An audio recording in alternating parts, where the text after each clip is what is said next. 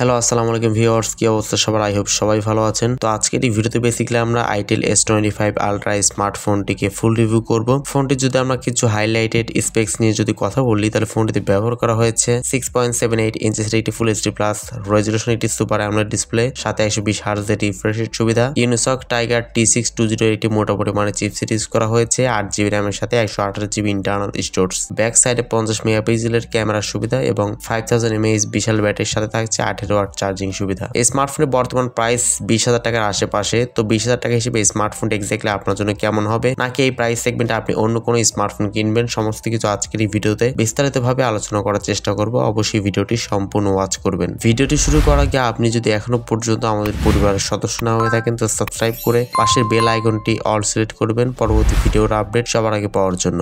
চলুন তাহলে শুরু করে দিই আমাদের আজকের ভিডিও। দর্শক বন্ধুরা, ফার্স্ট অফ অল স্মার্টফোনটিকে আনবক্সিং করলে আমাদের চোখে পড়বে কিছু পেপারস, সিম ইজেক্টর পিন এবং কাঙ্ক্ষিত স্মার্টফোনটি এবং একটি TPU case, type C cable এবং 18 ওয়াট ফাস্ট চার্জারটি। এতে মোটামুটি স্মার্টফোনের বক্স কন্টেন্টে এগুলোই থাকছে। ফোনটির ডিজাইন এবং লুকস নিয়ে কথা বলতে গেলে স্মার্টফোনের ব্যাক সাইডটি দেখতে একদমই স্যামসাং এর S সিরিজের স্মার্টফোনের মতোই কিন্তু ব্যাক সাইড ডিজাইনটি করার চেষ্টা করেছে। পোর্টস এবং বাটনের কথা বলতে গেলে ফোনটির নিচে থাকছে 3D speaker, type C port, microphone এবং সিম ট্রে, এবং ডান সাইডে কিন্তু ভলিউম আপ এবং ডাউন বাটন এবং পাওয়ার বাটন কিন্তু ইউজ করা হয়েছে। মোবাইল ফোন যদি আমরা ডিসপ্লে সেকশনে কথা বলতে যাই, তাহলে স্মার্টফোনটির ডিসপ্লেতে ইউজ করা হয়েছে 6.78 ইঞ্চের একটি ফুল এইচডি প্লাস রেজলিউশনের একটি অ্যামোলেড প্যানেল ইউজ করা হয়েছে, সাথে 120 হার্জ এর রিফ্রেশ রেট সুবিধা, 1400 নিট পিক ব্রাইটনেস সুবিধা পাচ্ছেন এবং স্মার্টফোনটিতে কর্নিং গোরিলা গ্লাস 7i এর প্রোটেকশনটাও ইউজ করা হয়েছে। তো যেহেতু এখানে অ্যামোলেড থাকছে এবং 120 হার্জ এর রিফ্রেশ রেট, তো সেক্ষেত্রে অবশ্যই আউটডোরে ডিরেক্ট সানলাইটে ফোনটিকে ইউজ করার সময় কোনো প্রকার শার্পনেস জনিত কোনো প্রকার সমস্যা হবে না এবং 120 হার্জ এর রিফ্রেশ রেট থাকায় অবশ্যই স্মুথ একটি ফিল আপনারা পেয়ে যাবেন ফোনটি ব্যবহারের সময়। তো বাজেট বিবেচনায় অবশ্যই ডিসপ্লে কোয়ালিটি যথেষ্ট ভালো ছিল। ফোনটির পারফরমেন্স সেকশনে ইউজ করা হয়েছে অ্যান্ড্রয়েড 14 এর সুবিধা,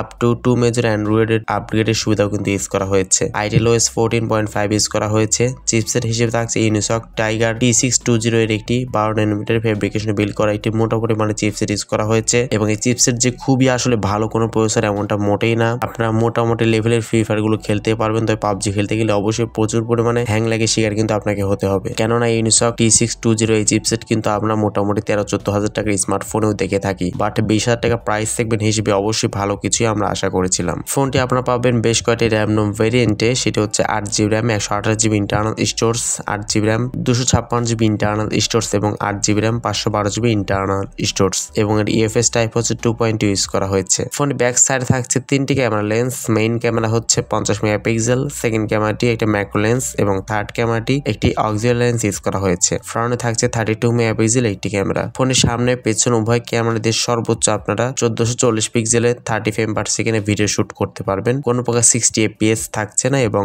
4K সুবিধাও কিন্তু থাকছে না। এছাড়া ফোনতে থাকছে লাউড স্পিকার, কোনো প্রকার 3.5 মিলিমিটার হেডফোন জ্যাক এখানে থাকছে না, ওইটা মিসিং রয়েছে এবং এই ফোনটিতে থাকছে under display optical fingerprint scanner সুবিধা। তো অ্যাট লাস্ট ফোনটি ব্যাটারি নিয়ে বলতে গেলে স্মার্টফোনের ব্যাটারিতে ইউজ করা হয়েছে 5000 mAh একটি বিশাল ব্যাটারি এবং 18 ওয়াট একটি চার্জিং সুবিধা। 5000 mAh দেওয়াতে অবশ্যই ভালো একটা চার্জ ব্যাকআপ এখান থেকে পেয়ে যাবেন। এই ফোনটির বর্তমান প্রাইস রাখা হচ্ছে 20,000 টাকার আশেপাশে, তবে 20,000 টাকার প্রাইস সেগমেন্ট হিসেবে এই ফোনটির অনেক কিছুই আসলে আমার কাছে কমতি মনে হয়েছে। তার মধ্যে উল্লেখযোগ্য হচ্ছে এই স্মার্টফোনটি কিন্তু প্রসেসরটা কিন্তু আপডেটের জায়গা রাখে, আপডেট হলে আর একটু ভালো হতো। ফোনটিতে ইউজ করা হয়েছে কিন্তু ইউনিসক T620 চিপসেট, যেটি কিন্তু মোটামুটি বাজেট লেভেলের চিপসেট। 20,000 টাকা হিসেবে অবশ্যই একটু ভালো চিপসেট আমরা আশা করেছিলাম। অ্যাটলিস্ট পাবজি খেলার মতো একটি চিপসেট হলে অবশ্যই আর একটু ভালো হতো, but day to day life ইউজের জন্য এই ফোনটি ভালো হবে, বাট গেমিং এর জন্য এই ফোনটি মোটেও না। এবং এই ফোনটি ব্যাক সাইডে কিন্তু ক্যামেরাতে 50 মেগাপিক্সেল ঠিক আছে, বাট এখানে কিন্তু ক্যামেরাতে 4K সুবিধাও থাকছে না এবং অ্যাটলিস্ট 1080p 60 FPS টাও কিন্তু আমরা মিস করছি। এবং এই স্মার্টফোনতে কোনো প্রকার 3.5 মিলিমিটার হেডফোন জ্যাক থাকছে না। হেডফোন ইউজ করতে হলে কিন্তু আপনাকে ব্লুটুথ হেডফোনের সহযোগিতা নিতে হবে অথবা type C to 3.5 millimetre converter use করতে হবে।